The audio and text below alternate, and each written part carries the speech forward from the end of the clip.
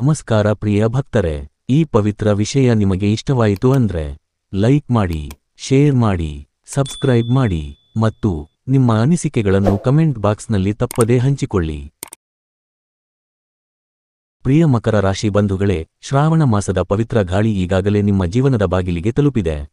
ಈ ತಿಂಗಳಲ್ಲಿ ನೀವು ಅನುಭವಿಸುವ ಶಕ್ತಿ, ಶಾಂತಿ ಮತ್ತು ಯಶಸ್ಸಿನ ಸಂಯೋಗವು ನಿಜಕ್ಕೂ ಅದ್ಭುತ. ಶನಿದೇವರ ಕೃಪೆ, ಗುರುಗ್ರಹದ ಆಶೀರ್ವಾದ ಮತ್ತು ಚಂದ್ರನ ಸೌಮ್ಯ ಕಿರಣಗಳು ಸೇರಿ ನಿಮ್ಮ ಜೀವನದಲ್ಲಿ ಒಂದು ವಿಶೇಷ ಬದಲಾವಣೆಯನ್ನು ತರಲಿವೆ. ಈ ತಿಂಗಳು ನಿಮ್ಮ ಜೀವನದಲ್ಲಿ ಹಲವಾರು ಹೊಸ ಬಾಗಿಲುಗಳನ್ನು ತೆರೆಯುವ ಕಾಲ. ಮನಸ್ಸಿನಲ್ಲಿ ಇಟ್ಟುಕೊಂಡಿದ್ದ ಅನೇಕ ಗುರಿಗಳು ಈಗ ಕೈಗೆಟುಕುವಂತಾಗುತ್ತವೆ. ವಿಶೇಷವಾಗಿ ವೃತ್ತಿಜೀವನದಲ್ಲಿ ದೀರ್ಘಕಾಲದ ಪ್ರಯತ್ನಗಳಿಗೆ ಫಲ ದೊರೆಯುವ ಸಮಯ ಇದು. ಹಿರಿಯರ ಮಾರ್ಗದರ್ಶನ, ಸಹೋದ್ಯೋಗಿಗಳ ಬೆಂಬಲ ಮತ್ತು ನಿಮ್ಮ ಪರಿಶ್ರಮ ಆಲ್ ಸೇರಿ ಉನ್ನತ ಹಂತಕ್ಕೆ ತಲುಪುವ ಅವಕಾಶವನ್ನು ನೀಡಲಿವೆ. ಆರ್ಥಿಕವಾಗಿ ಈ ತಿಂಗಳು ಲಾಭದಾಯಕ.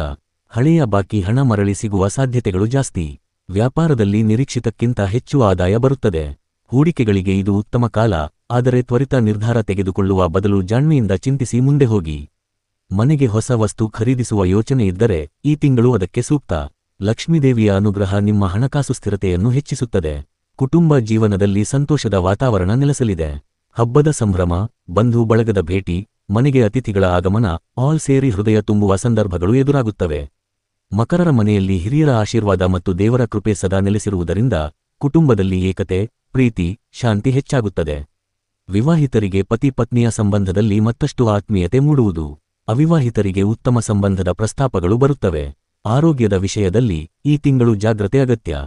ಅತಿಯಾದ ಶ್ರಮ, ಒತ್ತಡ ಮತ್ತು ಅಸಮರ್ಪಕ ಆಹಾರದಿಂದಾಗಿ ಸಣ್ಣಪುಟ್ಟ ಸಮಸ್ಯೆಗಳು ಬರಬಹುದಾದ್ದರಿಂದ ಸಮಯಕ್ಕೆ ಆಹಾರ ಸೇವಿಸಿ ವಿಶ್ರಾಂತಿಗೂ ಪ್ರಾಮುಖ್ಯತೆ ನೀಡಿ. ಮನಸ್ಸಿನ ಶಾಂತಿಗಾಗಿ ಯೋಗ, ಧ್ಯಾನ ಅಥವಾ ಪಠಣ ಅಭ್ಯಾಸ ಶುರು ಮಾಡಿದರೆ ದೇಹ ಮನಸ್ಸು ಸಮತೋಲನವಾಗಿರುತ್ತದೆ. ಆಧ್ಯಾತ್ಮಿಕ ದೃಷ್ಟಿಯಿಂದ ಶ್ರಾವಣ ಮಾಸದಲ್ಲಿ ಶಿವಪಾರ್ವತಿ ಆರಾಧನೆ, ಸತ್ಯನಾರಾಯಣ ಪೂಜೆ, ಲಕ್ಷ್ಮೀ ಪೂಜೆ ಆಲ್ ನಿಮಗೆ ಅಪಾರ ಪುಣ್ಯವನ್ನು ತರುತ್ತವೆ. ವಿಶೇಷವಾಗಿ ಈ ತಿಂಗಳಲ್ಲಿ ಶ್ರಾವಣ ಶುಕ್ರವಾರ ಹಾಗೂ ವರಮಹಾಲಕ್ಷ್ಮಿ ಹಬ್ಬದ ದಿನ ಮಂಗಳಸೂತ್ರದ ಆರಾಧನೆ ಮಾಡಿದರೆ ಲಕ್ಷ್ಮಿಯ ಆಶೀರ್ವಾದದಿಂದ ಆರ್ಥಿಕ ಪ್ರಗತಿ ಮತ್ತು ಕುಟುಂಬ ಸುಖ ಖಚಿತ. ಶನಿವಾರದಂದು ಹನುಮಾನ್ ದೇವರಿಗೆ ಎಳ್ಳು ಬೆಲ್ಲ ದಾನ ಮಾಡುವುದರಿಂದ ಶನಿದೋಷದ ಪರಿಣಾಮ ಕಡಿಮೆಯಾಗುತ್ತದೆ. ಪ್ರಯಾಣದ ದೃಷ್ಟಿಯಿಂದ ಈ ತಿಂಗಳಲ್ಲಿ ಚಿಕ್ಕ ಪ್ರಯಾಣಗಳು ಯಶಸ್ವಿಯಾಗುತ್ತವೆ. ಧಾರ್ಮಿಕ ಯಾತ್ರೆಗಳು ಮನಸ್ಸಿಗೆ ತೃಪ್ತಿ ತರುತ್ತವೆ. ಉದ್ಯೋಗಕ್ಕಾಗಿ ದೂರ ಪ್ರಯಾಣ ಮಾಡುವವರಿಗೆ ಉತ್ತಮ ಫಲ ದೊರೆಯಬಹುದು. ಒಟ್ಟಿನಲ್ಲಿ ಮಕರ ರಾಶಿಯವರೇ, ಈ ಆಗಸ್ಟ್ ತಿಂಗಳು ನಿಮಗೆ ಸಾಧನೆ, ಸಂತೋಷ, ಆರ್ಥಿಕ ವೃದ್ಧಿ ಮತ್ತು ಆಧ್ಯಾತ್ಮಿಕ ತೃಪ್ತಿ ಆಲ್ ಒಂದೇ ಸಮಯದಲ್ಲಿ ನೀಡುವ ಅಪೂರ್ವ ಸಮಯ.